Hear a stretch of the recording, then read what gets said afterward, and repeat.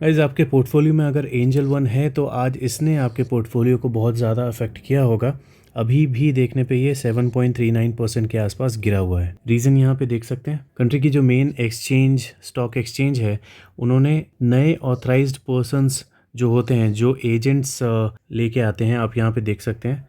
Authorized persons is an entity that provide access to the stock exchange trading platform as an agent of the stock broker। ठीक है, तो ये मतलब होता है ऑथराइज पर्सन का। तो इसको अब ये ऐड नहीं कर सकते अगले 6 महीने तक। लेकिन कंपनी का भी इसके ऊपर बयान आया है। कंपनी का कहना है कि इससे उनको कोई फर्क पड़ेगा नहीं और इसके खिलाफ वो एक अपील करने वाले हैं। और दूसरी चीज़ वो ये भी बोल रहे हैं कि फर्स्ट क्वार्टर का जो उनका प्रॉफिट है लास्ट वीक जो डिक्लेयर हुआ था, वो भी अच्छा दिखाया गया है। तो अब जो ये 7.87% का फॉल है, इसके बाद क्या इसमें अभी इन्वेस्टमेंट करना चाहिए?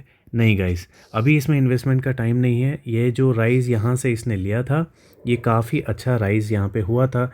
अगर इस न्यूज़ की वजह से ये गिरता है, जो कि गिरेगा ज़रूर, तो हम लोग इसे 1300 के आसपास, अगर ये आता है ना, तो 1300 के आसपास में हम लोग इसको दोबारा डिस्कशन करेंगे। इससे ऊपर में ये मेरे हिसाब से थोड़ा सा कॉस्टली रहेगा। और एक भी रीज़न है, अभी सपोज़ अगर आप यहाँ पे एक पैटर्न ड्रॉ करते हैं, सपोज़ यहाँ से यहाँ तक, तो अगर ये प्राइस भी फॉल करता है तो लगभग ये 1200-1300 के आसपास में यहाँ पे कहीं पे अट्रैक्टिव दिखेगा। तो इसलिए मैंने बोला कि 1300 पे जब ये आएगा तब हम लोग इसको डिस्कशन में शुरू करेंगे और उस टाइम में जो भी लेवल्स हमको दिख रहे होंगे वहाँ पे इन्वेस्टमेंट करने का या फिर एवरेजिंग करने का प्लान करेंगे। और अगर यहाँ से नीचे नहीं आता, ये कहीं बीच से ही पलट जाता है, तो कोई बात नहीं, मेरे पास ऑलरेडी इसका इन्वेस्टमेंट किया हुआ है बेस पे, मैंने आपको बताया था। और मेरे ख्याल से आप में से कई लोगों ने इसे बेस में यहाँ कहीं ना कहीं लिया होगा। ठीक है, तो नेक्स्ट टाइम इसे 1300 पे डिस्कस करेंगे। अगली कंपनी है एवेन्यू सुपरमार्ट। आज के दिन 3% के आसपास तक ये अभी गिरा हुआ है। अगर आपके पास डी मार्ट की सबसे बड़ी होल्डिंग है तो आपका पोर्टफोलियो निफ्टी से बुरा परफॉर्म कर रहा होगा। अब इसमें क्या किया जाए, इसमें फॉल क्यों आया? देखिए, रीज़न है इसका जो प्रॉफिट आया है वो मार्केट की एक्सपेक्टेशन से थोड़ा ख़राब आया है, जिसकी वजह से कई सारे ब्रोकर्स जो हैं, जैसे सिक्योरिटीज़, एक्सिस सिक्योरिटी आप देखेंगे तो इन्होंने 4000 से कम करके इसका टारगेट 3870 का कर दिया। तो ऐसे ही बहुत सारे ब्रोकर हैं जिन्होंने अपने टारगेट्स को कम कर दिया है। लेकिन ये बात याद रखना कि जो आपको टारगेट्स कम दे रहे हैं ना, सबसे पहले बाइंग वही ब्रोकर्स ही करेंगे। एक्सिस सिक्योरिटी ने सबसे कम दिया है, पहले जाके देखना वही बाइंग करेंगे। तो अभी क्या है, प्राइस गिराने की तैयारी चल रही है और कुछ नहीं। अभी जो हमने ये रेसिस्टेंस बनाया था, इस रेजिस्टेंस को इसने तोड़ दिया था और इसके बाद ये ऊपर गया। अभी ये वापस नीचे आता हुआ दिख रहा है। तो हो सकता है कि इस ब्लू लाइन के ऊपर में से ही ये वापस से सपोर्ट लेके ऊपर जाना चाहे। ठीक है, दूसरा ऑप्शन ये है कि अगर इसमें फॉल थोड़ा ज़्यादा होता है तो भी इसका जो हमारा सपोर्ट रहेगा वो इधर ही कहीं पे रहना चाहिए। ठीक है, इसी के आसपास कहीं पे हमारा सपोर्ट रहना चाहिए। 3300, 3400, 3500 ये रेंज बनती है इसके दोबारा सपोर्ट लेने की। तो इसमें भी आपको अगर अलर्ट लगाना है तो 3400 का या 500 का अलर्ट लगा सकते हैं और वहाँ पे जाके इसे आप दोबारा ट्रैकिंग शुरू कर सकते हैं, अगर आपके पास ये बेस वगैरह पे नहीं है तो। ठीक है, मेरे पास ये 3200 के प्राइस पे एवरेज किया हुआ है, तो मैं इसमें अभी फ़िलहाल गिरने के बाद भी कोई एवरेजिंग नहीं करने वाला हूं। पर अगर आपके पास ये इस प्राइस के आसपास में नहीं है तो आप इसमें प्लानिंग कर सकते हैं। कंपनी के रिज़ल्ट थोड़े बहुत एक्सपेक्टेशन से नीचे हैं तो उससे कोई फ़र्क पड़ेगा नहीं मेरे हिसाब से। मार्केट में इसका नाम अभी भी बहुत ज़्यादा है और इसका काम हम लोग अच्छे से जानते हैं। भीड़ अभी भी इसके स्टोर्स में कम नहीं हुई है, तो अगर भागेगा तो कंट्रोल में नहीं आएगा, तब मिलेगा नहीं आपको ये। इसीलिए सपोर्ट्स पे एवरेजिंग या फिर सपोर्ट पे बाइंग करने की प्लानिंग सही से कर लेना। तीसरा स्टॉक है आवास फाइनेंसियर्स।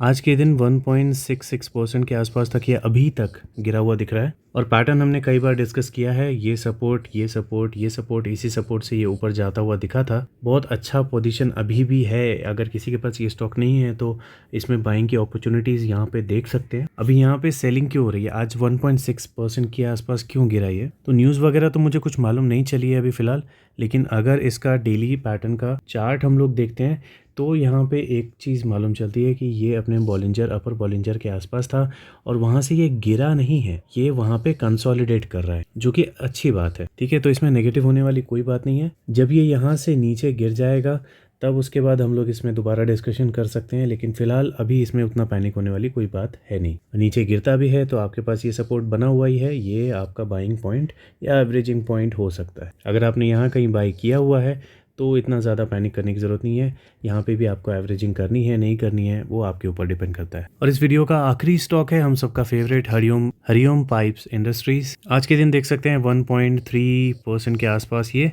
गिरा हुआ है और काफ़ी पिछले दिनों से ये हमको गिरता हुआ दिख रहा है, जो कि मैंने आपको बोला भी था। अगर आपने पिछले वीडियोस देखे हैं तो मैंने आपको बताया था कि 545 के आसपास में ही इसकी प्रॉफिट बुकिंग जोन थी।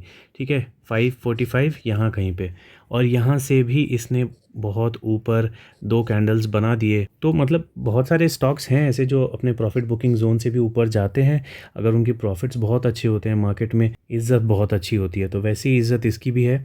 और ये मुझे नहीं लगता कि बहुत ज़्यादा गिरने वाला है। हाँ, इसमें यह है कि लोग प्रॉफिट बुकिंग कर रहे हैं। अब एक आदमी प्रॉफिट बुकिंग शुरू करता है ना, तो उसके पीछे सारे ही करना शुरू कर देते हैं अपने प्रॉफिट्स को ज़्यादा से ज़्यादा रखने के लिए। जो लॉन्ग टर्म के बारे में सोचते हैं वो अभी बुक बंद करके बैठे होंगे, उनको देखने की भी ज़रूरत नहीं है। थोड़ा बहुत फॉल करेगा, लेकिन जब रिकवरी करेगी तो ये इसके ऊपर चला जाएगा। ठीक है, ऊपर चला जाएगा का मतलब देखिए, एग्जांपल बता रहा हूँ। अभी जैसे कोई स्टॉक अगर इस स्पेस में चल रहा है, ठीक है, और अगर वो फॉल कर जाता है तो यहाँ पे हम लोग सोचते हैं कि प्रॉफिट बुक कर लेते हैं, क्योंकि फिर हमारा प्रॉफिट क्या होगा, और नीचे चला जाएगा। लेकिन जो लॉन्ग टर्म के बारे में सोचते हैं उनको मालूम रहता है, या जिनको लॉन्ग टर्म का एक्सपीरियंस है उनको मालूम रहता है कि जब ये यहाँ से रिकवरी लेगा तो ये वापस से इसी लाइन में चला जाएगा। मतलब ये जो लाइन चल रही है ना, इसी लाइन में ये रिकवरी लेगा। देखो, रिकवरी बहुत तेज़ लेगा और उसी लाइन में चलना शुरू कर देगा। फिर आगे जाके कहीं पे गिरेगा, फिर वापस जब उठेगा तो उसी लाइन में चलना शुरू कर देगा। तो अच्छे स्टॉक्स जो होते हैं वो इस तरह से ही काम करते हैं। आप कोविड वाले सिचुएशन में भी देखना, जो स्टॉक्स थे वो बीच में बजाज फाइनेंस वाले जैसे स्टॉक्स भी जो ऐसे चल रहे थे ना, वो भी सडनली क्या हो गया था, ऐसे गिर गए थे। लेकिन जब उनमें रिकवरी आई तो बहुत तेज़ रिकवरी आई और ऐसे चलना शुरू हुए वापस से। आई होप समझ में आ रहा होगा मैं क्या बोल रहा हूँ। तो मार्केट में हर टाइप के इन्वेस्टर्स होते हैं, आप किस तरह के हो वो आप डिसाइड करो। बाकी यहाँ पे अगर आप प्रॉफिट बुक कर रहे हो, कुछ मतलब ऐसा कोई गलती नहीं है उसमें। आप प्रॉफिट बुक करना चाहते हो, करो, आप यूज़ करो उस पैसे को। कोई और स्टॉक अगर आपको बेस पे मिल रहा है, वहाँ से उठता हुआ दिख रहा है या आपको उठने के चांसेस दिख रहे हैं, तो आप ठीक है बेस पे इन्वेस्टमेंट करो, नो प्रॉब्लम इन दैट। लेकिन कुछ लोग अगर इसे होल्ड करना चाहते हैं, उसमें भी कोई प्रॉब्लम नहीं है। जब तक इसके प्रॉफिट, सेल्स वगैरह सब कुछ अच्छे आते हैं तो इस स्टॉक में कोई दिक्कत नहीं दिखाई दे रही। स्टील पाइप का सेक्टर ऐसे ही बहुत ज़्यादा बुलिश है। अब मैंने भी यहाँ पे थोड़ी बहुत प्रॉफिट बुकिंग की है, लेकिन ऐसा नहीं है कि मैं इसमें इन्वेस्टमेंट नहीं करूँगा या मेरे पास इसमें होल्डिंग नहीं है। मेरे पास होल्डिंग है अभी, लेकिन मैंने जितना पैसा इसमें लगाया था उसका डबल मैंने निकाल लिया है और बाकी इसमें रहने दिया है। और इसमें और एडिशन मैं कर सकता हूँ, लेकिन अभी इतने ऊपर में मैं इसमें दोबारा बाइंग करूँ तो मेरा सेलिंग करने का कोई मतलब नहीं रहेगा, है ना। प्रॉफिट बुकिंग का कोई मतलब नहीं रहेगा। तो थोड़ा बहुत अगर ये गिरता है और ज़्यादा, तब इसमें इन्वेस्टमेंट करने के चांसेस देखने में मुझे पर्सनली ज़्यादा फ़ायदा होगा। अभी जुलाई मंथ में इसके जो टारगेट बन रहे हैं वो 585 रुपीज़ के ही हैं। ठीक है, 585 रुपीज़ का इसका जुलाई मंथ का जो सपोर्ट होता है, या SIP का लेवल बोल लीजिए, वो होता है 585 रुपीज़ का। तो अभी कहाँ चल रहा है, 611 पे, बहुत ज़्यादा दूर नहीं है। 585 यहीं कहीं पर है। तो अगर यहाँ पे आता है तो इसमें इन्वेस्टमेंट के चांसेस आप देख सकते हैं। और अगर बहुत ही ज़्यादा सेफ जोन आप देखना चाह रहे हो ना, तो वहाँ पे आने के चांसेस अभी इसके बहुत कम है। बहुत ही ज़्यादा सेफ जोन क्या है, 450 रुपये का। ठीक है, तो इस लेवल पे आना अभी फ़िलहाल बहुत मुश्किल है बॉस। ये इस कैंडल के बेस की बात हो रही है। तो इतना ज़्यादा फॉल हो तो सकता है, ऐसा कोई इम्पॉसिबल चीज़ नहीं है, लेकिन जितना स्ट्रॉन्ग ये स्टॉक है ये थोड़ा सा मुश्किल लग रहा है। ठीक है, लेकिन फिर भी नॉलेज के लिए आप याद रखो और कुछ नहीं। बाकी अलर्ट वगैरह लगाते रहो। यहाँ पे 560 मैंने क्या बोला था, 585 राइट, 585 का आप अलर्ट लगा लो।